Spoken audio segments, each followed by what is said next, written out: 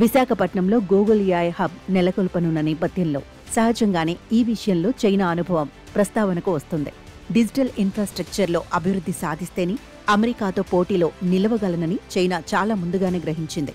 తమ ఆర్థిక వ్యవస్థను మధ్య ఆదాయ ఉచ్చు నుంచి బయటపడేసి యావత్ ప్రపంచానికి చౌక సరుకులను ఉత్పత్తి చేసే ప్రపంచ కర్మాగారం అనే పేరును పోగొట్టుకుని అత్యున్నత సాంకేతికత, మేధో సంపత్తులను సృష్టించే సంపన్న దేశం స్థాయికి చేరవలసిన అవసరాన్ని చైనా గుర్తించింది. మిగిలిన ప్రపంచం ఇటీవలి ట్రంప్ విధించిన సుంకాలతోనూ అమెరికా రక్షిత ఆర్థిక విధానాలతోనూ మేల్కొన్నది కానీ చైనా అంతకంటే ముందే అప్రమత్తమైంది. అప్రతిహత సాంకేతికతతో ప్రపంచ దేశాలపైన అమెరికా చెలాయిస్తున్న ఆధిపత్యం గురించి 2013లో ఎడ్వర్డ్ స్నోడెన్ వెల్లడించిన విషయాలను చైనా గుర్తించి జాగ్రత్త పడింది. 2017లో అమెరికా ఎగుమతి చట్టాల ఉల్లంఘనకు సంబంధించిన పరిష్కార ఒప్పందాన్ని పాటించడంలో ప్రముఖ చైనీస్ కంపెనీ ZTE విఫలమైందని ఆరోపిస్తూ అమెరికా వాణిజ్య శాఖ ఈ కంపెనీపై ఆంక్షలు విధించింది. ఆ తర్వాత ప్రపంచ నెట్వర్క్ పరికరాల తయారీదారులో అతిపెద్దది 5G సాంకేతికతలోనూ సెల్ఫోన్ల తయారీలోనూ అగ్రగామిగా ఉన్న హువావేతో పాటు అనేక ఇతర చైనీస్ కంపెనీలు ఎంటీటీ లిస్టులో ఉన్నాయని 2019 మే నెలలో అప్పటి అమెరికా అధ్యక్షుడు డొనాల్డ్ ట్రంప్ ప్రకటించారు. ఈ జాబితాలో ఉన్న కంపెనీలు అమెరికాలో పనిచేసే ఏ సంస్థతోనూ వ్యాపారం చేయలేవు. దీని ప్రకారమే హువావేకు అకస్మాత్తుగా గూగుల్, క్వాల్కామ్, ఇంటెల్ వంటి అమెరికన్ కంపెనీలతో సంబంధాలు తెగిపోయాయి.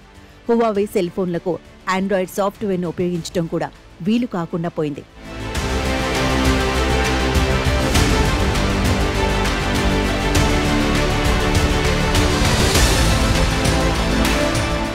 ఇదంతా జరగడానికి చాలా ముందుగానే 2015లో మేడ్ ఇన్ చైనా 2025 ఇనిషియేటివ్ పేరుతో చైనా కొన్ని లక్ష్యాలను ప్రకటించింది. వీటిలో ముఖ్యమైనవి తదుపరి తరం ఇన్ఫర్మేషన్ కమ్యూనికేషన్ టెక్నాలజీ అభివృద్ధిలో సెమీ కండక్టర్ల తయారీ, 5G అభివృద్ధి, ఏఐలో అగ్రగాముల జాబితాలో చేరడం మొదలైనవి. 2025 నాటికి 70% స్వయం సమృద్ధిని సాధించాలని లక్ష్యంగా పెట్టుకుంది. ఈ లక్ష్యాల దిశగా ప్రైవేట్ రంగాన్ని, విశ్వవిద్యాలయాలను, పరిశోధనాశాలలను సమన్వయం చేసే పక్కా ప్రణాళికను, దాని అమలు వ్యూహాన్ని చైనా రూపొందించింది. ముందుగా $100 బిలియన్ విలువైన నిధులను సిద్ధం చేసింది. ఈ నిధులతో దేశీయ ప్రైవేటు కంపెనీలకు సబ్సిడీలు, ఈక్విటీ పెట్టుబడులు, తక్కువ వడ్డీ రుణాలు, పన్ను మినహాయింపులు, భూముల కేటాయింపులు జరిగేలా చూసింది. ఈ కంపెనీలు అభివృద్ధి చేసే సాంకేతికతలు అంతర్జాతీయ ప్రమాణాలకు దీటుగా ఉండేలా చూడడానికి చైనా స్టాండర్డ్స్ 2035 ప్రణాళికను ప్రకటించింది.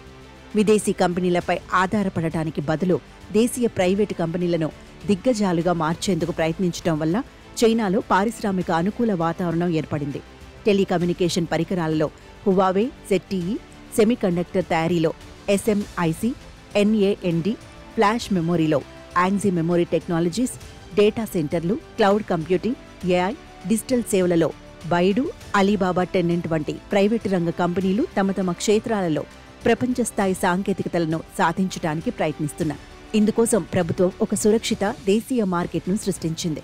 ఇక్కడ ఈ కంపెనీలు ప్రపంచవ్యాప్తంగా పోటీ పడటానికి ముందు తగినంతగా వృద్ధి చెందుతాయి, ఆవిష్కరణలు చేస్తాయి.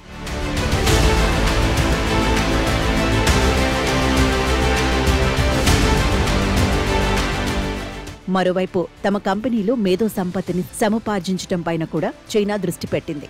విదేశీ కంపెనీలు విస్తారమైన చైనీస్ మార్కెట్ను ఉపయోగించుకోవడానికి ఒక షరతుగా వారు చైనీస్ భాగస్వాములతో జాయింట్ వెంచర్లను ఏర్పరచుకోవాలి, మేధో సంపత్తిని బదిలీ చేయాలి.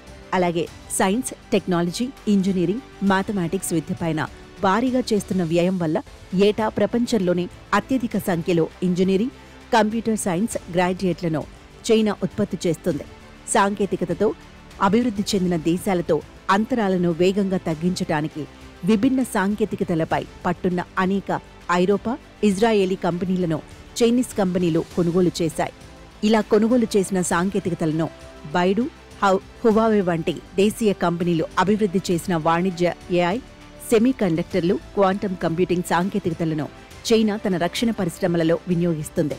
పరిశోధన, నిధులు, ప్రతిభను సైనిక, పౌర రంగాలు పరస్పరం పంచుకుంటాయి. అలా రెండింటిలోనూ ఆవిష్కరణలను వేగవంతం చేస్తారు. అంతేకాకుండా చైనా నిర్మించిన బలమైన ఇంటర్నెట్ వ్యవస్థలో గూగుల్, ఫేస్బుక్, అమెజాన్లకు ప్రత్యామ్నాయంగా బైడు, విచాట్, అలీబాబా ఆవిర్భవించాయి. ఈ దేశీయ కంపెనీలు అంతర్జాతీయ కంపెనీలుగా ఎదగడానికి, స్వదేశంలో ఆధిపత్యం చెలాయించడానికి కావలసిన రక్షణలతో పాటు నిధులను అందించి ప్రభుత్వమే వాటి మార్గాన్ని సుగమం చేసింది. అంతేకాక కోట్లాది వినియోగదారులకు సేవలందించడం ద్వారా ఈ కామర్స్, మొబైల్ చెల్లింపులు, AI అప్లికేషన్లకు అసమానమైన పరీక్షా క్షేత్రాన్ని చైనా ప్రభుత్వం అందించటంతో అభివృద్ధి వేగవంతమైంది.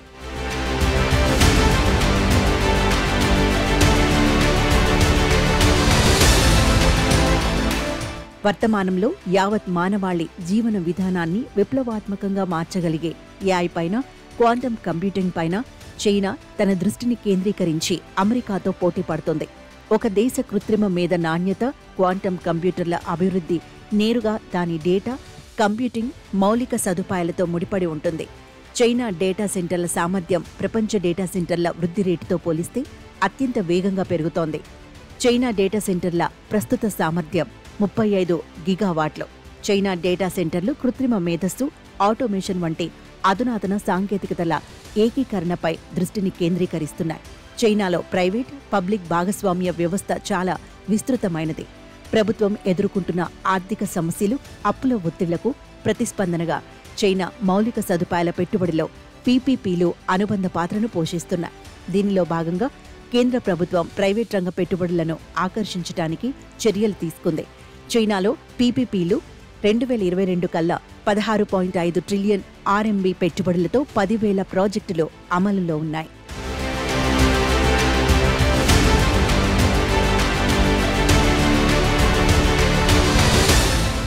చైనాలోని ప్రైవేట్ రంగం అంతర్జాతీయ స్థాయికి రావడానికి చైనా ప్రభుత్వ విధానాలు చాలా వరకు కారణం.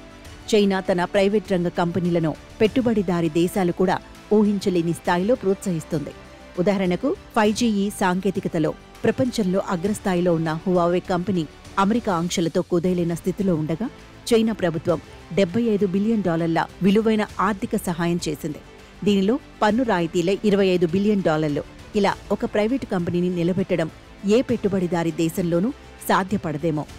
డిజిటల్ ఇన్ఫ్రాస్ట్రక్చర్ నిర్మాణంలో చైనా అమెరికాతో సమఉజ్జీగా మారటం 21వ శతాబ్దంలో కీలకమైన పరిణామం.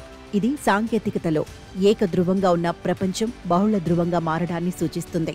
దీంతో గూగుల్, అమెజాన్, మెటా, మైక్రోసాఫ్ట్ వంటి అమెరికా బహుళజాతి కంపెనీలకు అభివృద్ధి చెందుతున్న మార్కెట్లలోనే కాకుండా అభివృద్ధి చెందిన వాటిలో కూడా అలీబాబా, టెన్సెంట్, హువావే క్లౌడ్ వంటి చైనా కంపెనీల నుంచి తీవ్రమైన పోటీ ఎదురవుతుంది.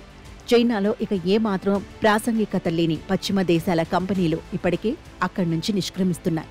ఈ పరిస్థితి భారత్, వియత్నాం, సౌదీ అరేబియా వంటి దేశాలకు లాభం చేకూరుస్తుంది.